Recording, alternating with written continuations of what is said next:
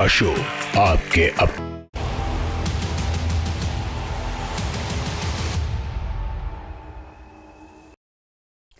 पर पीएम का प्रचंड बाण। आप देख रहे हैं न्यूज 18 इंडिया और मैं हूं आपके साथ गायत्री शर्मा।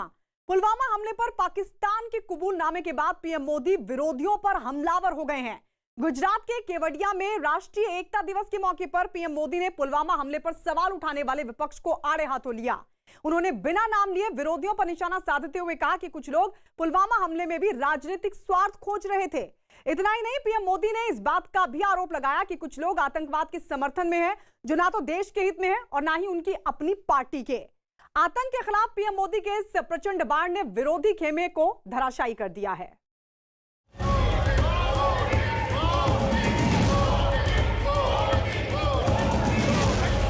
पुलवामा में जो हमारी कामयाबी है वो इमरान खान की क़यादत में इस कौम की कामयाबी है।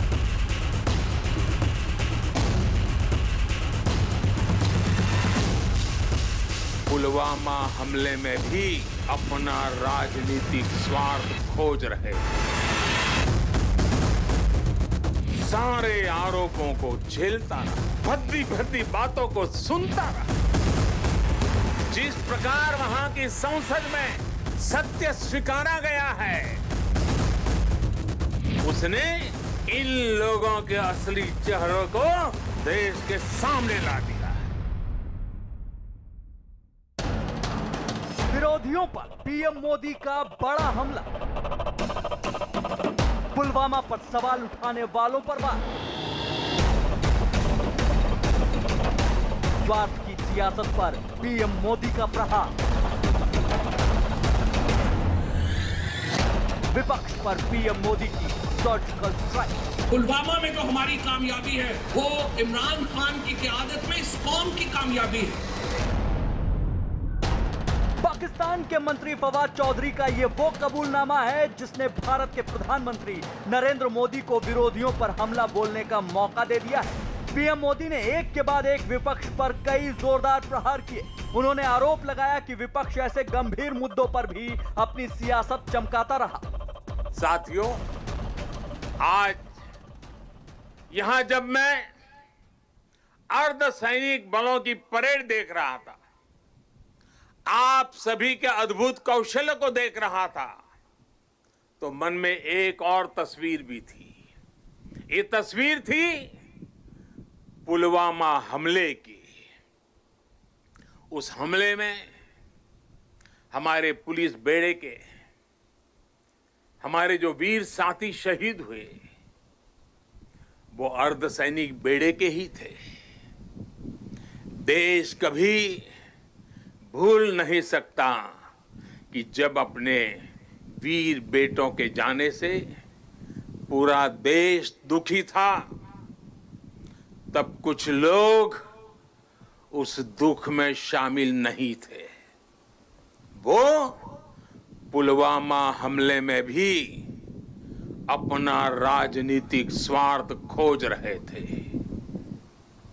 अपना राजनीतिक स्वार्थ देख रहे थे।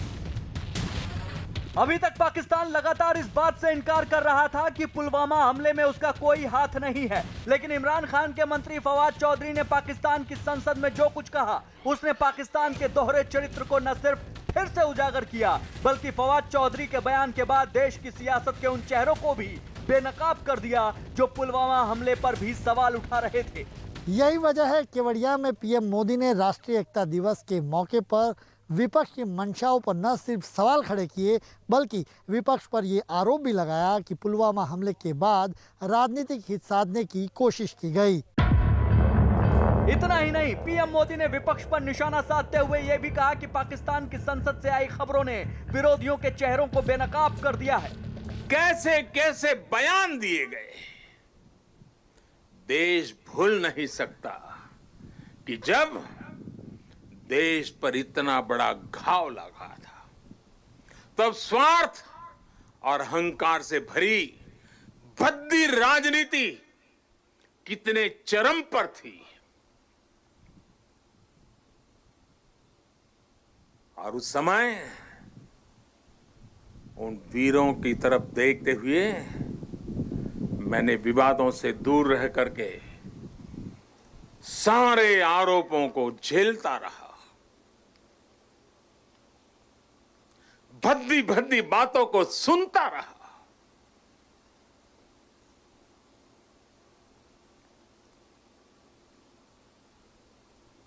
मेरे दिल पर वीर शहीदों का गहरा घाव था, लेकिन पिछले दिनों पड़ोसी देश से जो खबरें आई है, जिस प्रकार वहां की संसद में सत्य स्वीकारा गया है, उसने इन लोगों के असली चेहरों को देश के सामने ला दिया है। अपने निहित स्वार्थ के लिए, राजनीतिक स्वार्थ के लिए ये लोग किस हद तक जा सकते हैं। पुलवामा हमले के बाद की गई राजनीति इसका बहुत बड़ा उदाहरण है। पीएम मोदी जिस पुलवामा हमले और पाकिस्तान के कबूलनामे का जिक्र कर रहे हैं, उसे भी समझना जरूरी है। दरअसल 14 फरवरी 2019 को पुलवामा में एक आतंकी हमला हुआ था। इस आतंकी हमले में सीआरपीएफ के 40 जवान शहीद हो गए थे। आतंकियों ने इस हमले को उस वक्त अंजाम दिया जब 78 वाहनों का काफिला श्रीनगर जा रहा था। छुट्टी से लौटे ये सभी जवान श्रीनगर जा रहे थे। इसी दौरान विस्फोटकों से भरी एक कार के जरिए सीआरपीएफ के काफिले पर हमला बोला गया था। आतंकी संगठन जैश ने इस हमले की साजिश को रचा था। चुनावी वादे पूरे करने का जहां तक प्रधानमंत्री का रिकॉर्ड है, मुख्यमंत्री के रूप में ही हमने देखा था। कच्छ का भूकंप आया, जो कुछ भी हुआ, जो कुछ भी उन्होंने किया है, तो इसलिए चुनावी वादे तो पूरे करते हैं। 370 यहाँ भी देख लीजिए, 370 पूरा कर दिया। राम मंदिर के बाद जो है वो चल रही है। अब उस पर आप असहमत हो सकते हैं, लेकिन यह है कि चुनावी वादे पूरी करने का उनका रिकॉर्ड बाकी लोगों से अच्छा है। इस आतंकी हमले के बाद विपक्ष की तरफ से मोदी सरकार पर न सिर्फ बड़े सवाल उठाए गए थे, बल्कि इस हमले को भी चुनावों के मद्देनजर प्रायोजित हमला करार दिया गया था। लेकिन पाकिस्तान की संसद में जिस तरह से फवाद चौधरी ने इस हमले की सच्चाई को कबूल किया, उसने विपक्ष की नीयत पर सवाल जरूर खड़े कर दिए हैं। यही वजह है कि पीएम मोदी ने भी इस मुद्दे पर विरोधियों को घेर लिया है। मैं ऐसे राजनीतिक दलों से, ऐसे लोगों से आग्रह करूंगा, और आज के समय में जरा विशेष आग्रह करूंगा, और सरदार साहब के प्रति अगर आपकी श्रद्धा है तो इस महापुरुष की इस विराट प्रतिमा के सामने से आपको आग्रह करूंगा कि देश हित में, देश की सुरक्षा के हित में, हमारे सुरक्षा बलों के मनोबल के लिए कृपा करके ऐसी राजनीति न करें, ऐसी चीजों से बचें। अपने स्वार्थ के लिए जाने अनजाने आप देश विरोधी ताकतों की उनके हाथों में खेलकर, उनका मोहरा बनकर न आप देश का हित कर पाएंगे और न ही अपने दल का। साथियों, हमें ये हमेशा याद रखना है कि हम सभी के लिए अगर सर्वोच्च कोई बात है तो वो है सर्वोच्च हित, देश हित। सर्वोच्च हित, देश हित। पुलवामा पर पाकिस्तान के कबूलनामे की बात हो या फिर अभिनंदन की रिहाई को लेकर पाकिस्तान की संसद में दिया गया बयान, पाकिस्तान बुरी तरह से दुनिया के सामने बेनकाब हो चुका है। शाह महमूद कुरैशी साहब उस मीटिंग में थे जिसमें प्राइम मिनिस्टर साहब ने आने से इनकार कर दिया और चीफ ऑफ आर्मी स्टाफ तशरीफ लाए। पैर कांप रहे थे, पसीने माथे पे थे, और हमसे शाह महमूद साहब ने कहा, फॉरेन मिनिस्टर साहब ने, कि खुदा का वास्ता है अब इसको वापस जाने दें, चूंकि 9 बजे रात को हिंदुस्तान पाकिस्तान पे अटैक कर रहे हैं। पाकिस्तान की तरफ से विंग कमांडर अभिनंदन और पुलवामा हमले को लेकर जिस तरह के बयान सामने आए हैं, उनकी वजह से विपक्ष बुरी तरह घिर चुका है। क्योंकि पुलवामा हमले को लेकर जहां विरोधी केंद्र सरकार पर हमलावर थे, तो वहीं बालाकोट एयर स्ट्राइक को लेकर भी विपक्ष सबूत मांग रहा था। यही वजह है कि पीएम मोदी ने आतंकवाद का साथ देने वालों पर भी गंभीर सवाल खड़े किए। भारत ने आतंकवाद को हमेशा अपनी एकता से, अपनी दृढ़ इच्छा शक्ति से जवाब दिया है। आज पूरे विश्व को भी एकजुट होकर हर उस ताकत को हराना है जो आतंक के साथ है, जो आतंकवाद को बढ़ावा दे रही है। इस दौरान पीएम मोदी ने बिना नाम लिए चीन और पाकिस्तान जैसे मुल्कों को आड़े हाथों लिया। उन्होंने कहा कि आज भारत की जमीन पर नजर रखने वालों को भारतीय सेना करारा जवाब दे रही है। इतना ही नहीं, पीएम मोदी ने यह भी कहा कि भारत अपनी संप्रभुता और सम्मान की रक्षा के लिए पूरी तरह तैयार है। भारत की नजर और नजरिया अब बदल गए हैं। आज भारत की भूमि पर नजर गड़ाने वालों को मुंह तोड़ जवाब देने की ताकत हमारे वीर जवानों के हाथ में है। अपनी संप्रभुता और सम्मान की रक्षा के लिए आज का भारत पूरी तरह सज्ज है, प्रतिबद्ध है, कटिबद्ध है। इतना ही नहीं, पीएम मोदी ने इस दौरान उन देशों पर भी निशाना साधा जो आतंकवाद का खुलकर समर्थन कर रहे हैं। दुनिया के अनेक देशों में जो हालात बने हैं, जिस तरह कुछ लोग आतंकवाद के समर्थन में खुल करके सामने आ गए हैं, वो आज मानवता के लिए, विश्व के लिए, शांति के उपासकों के लिए एक वैश्विक चिंता का विषय बना हुआ है। पुलवामा हमले को लेकर पीएम मोदी ने जिस आक्रामक शैली में विपक्ष पर हमला बोला है, कुछ वैसा ही वार बीजेपी अध्यक्ष जेपी नड्डा ने भी कांग्रेस और दूसरे विपक्षी दलों पर किया है। एक फवाद चौधरी ने पाकिस्तान के कहा कि पुलवामा ने, इमरान खान ने वहां पर वो पुलवामा की घटना घटी, बोला कि नहीं बोला? और ये हमारे जो नेता हैं कांग्रेस के, राहुल गांधी, ये सबूत मांगते हैं, वो सवाल खड़े करते हैं। आरजेडी नेता और बिहार के पूर्व डिप्टी सीएम तेजस्वी यादव ने पुलवामा पर पीएम के बयान को तवज्जो नहीं दी। उन्होंने बिहार के लिए बेरोजगारी समेत दूसरे अहम मुद्दों को ज्यादा जरूरी बताया। पीएम ने कहा पुलवामा हमले में विपक्ष साथ नहीं था, उसने भद्दी राजनीति की।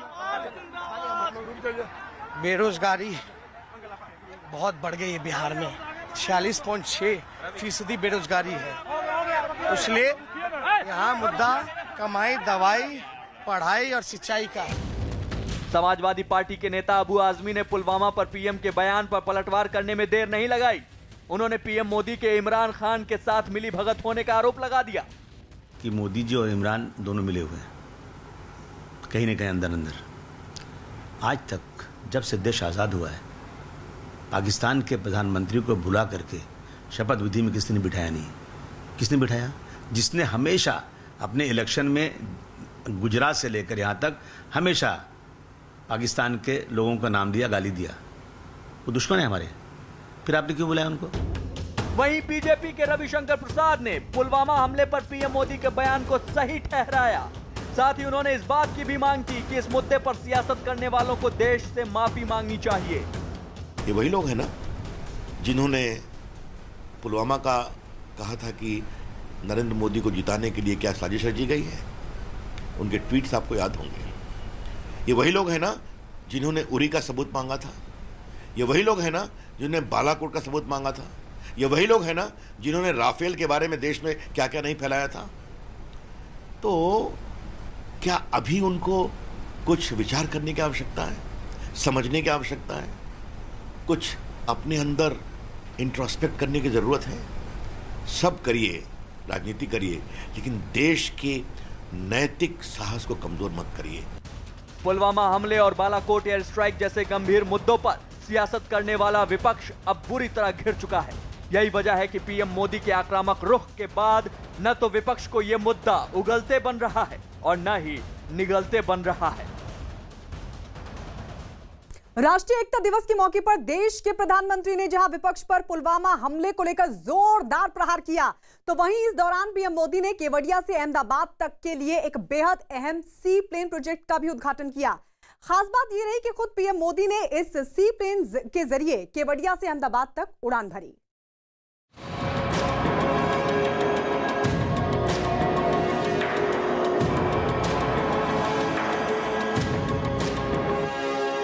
स्टैच्यू ऑफ यूनिटी को देखने के लिए देशवासियों को अब सी प्लेन सर्विस का भी विकल्प मिलेगा।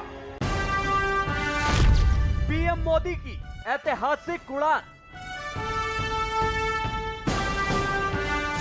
सी प्लेन में तय किया सफर, 30 मिनट में केवड़िया से अहमदाबाद। बदले हुए भारत की ये नई उड़ान है। राष्ट्रीय एकता दिवस के मौके को देश की पहली सी प्लेन सेवा की उड़ान ने ऐतिहासिक बना दिया है। ये उड़ान कितनी खास है इसका अंदाजा ऐसे ही लगाया जा सकता है कि अब साबरमती से लेकर केवड़िया तक की दूरी को इस सी प्लेन के जरिए महज 30 मिनट के भीतर पूरा किया जा सकता है। इसी के साथ पीएम मोदी ने उस वादे को भी पूरा कर दिया है जिसकी नींव उन्होंने 2017 के गुजरात विधानसभा चुनाव के दौरान रखी थी। तब पीएम मोदी ने साबरमती नदी से महसाणा जिले के धरोई बांध तक इसी सी प्लेन से सफर तय किया था। उस वक्त भी कई लोग इस उड़ान के गवाह बने थे, लेकिन अब इस सी प्लेन के जरिए आम लोग भी यात्रा कर सकेंगे। राष्ट्रीय एकता दिवस के मौके पर प्रधानमंत्री नरेंद्र मोदी देश के ऐसे पहले नागरिक भी बन गए जिन्होंने केवड़िया से अहमदाबाद तक का सफर सी प्लेन के जरिए तय किया। सी प्लेन सेवा शुरू होने से अब अहमदाबाद के रिवर फ्रंट से केवड़िया के स्टैच्यू ऑफ यूनिटी तक का सफर लोग तय कर सकेंगे। सुरक्षा के चाक चौबंद इंतजाम के बीच पीएम मोदी ने केवड़िया से अहमदाबाद का सफर तय किया। इस दौरान पीएम मोदी ने केवड़िया रिवर फ्रंट पर वाटर एयरोड्रम से उड़ान भरी। जमीन और पानी दोनों जगह से उड़ान भरने वाले इस सी प्लेन की कई खासियतें भी हैं। सी प्लेन पानी और जमीन पर लैंड कराया जा सकता है। इस प्लेन में 19 यात्री सफर तय कर सकते हैं। ये प्लेन महज 300 मीटर लंबे रनवे से उड़ान भर सकता है। इस प्लेन के जरिए साबरमती से स्टैच्यू ऑफ यूनिटी तक की दूरी को महज 1500 में तय किया जा सकता है। इसका वजन 3377 किलो है। इसमें 1419 लीटर पेट्रोल भरा जा सकता है। हर 1 घंटे की उड़ान के लिए ये सिर्फ 272 लीटर पेट्रोल खर्च करता है। चुनावी वादे पूरे करने का जहां तक प्रधानमंत्री का रिकॉर्ड है, मुख्यमंत्री के रूप में ही हमने देखा था। कच्छ का भूकंप आया, जो कुछ भी हुआ, जो कुछ भी उन्होंने किया है, तो इसलिए चुनावी वादे तो पूरे करते हैं। 370 यहाँ भी देख लीजिए, 370 पूरा कर दिया। राम मंदिर के बाद जो है वो चल रही है। अब उस पर आप असहमत हो सकते हैं, लेकिन यह है कि चुनावी वादे पूरी करने का उनका रिकॉर्ड बाकी लोगों से अच्छा है। पीएम मोदी के सियासी कद को बार बार चुनौती देने वाला विपक्ष हर बार मुंह की खाता है। फिर चाहे पीएम मोदी का विकास मॉड्यूल हो या फिर किसी सियासी मुद्दे पर पीएम मोदी का पलटवार, वो न सिर्फ हर चुनौती का डटकर सामना करते हैं, बल्कि अपनी मौजूदगी का एहसास भी अपने विरोधियों को करा देते हैं।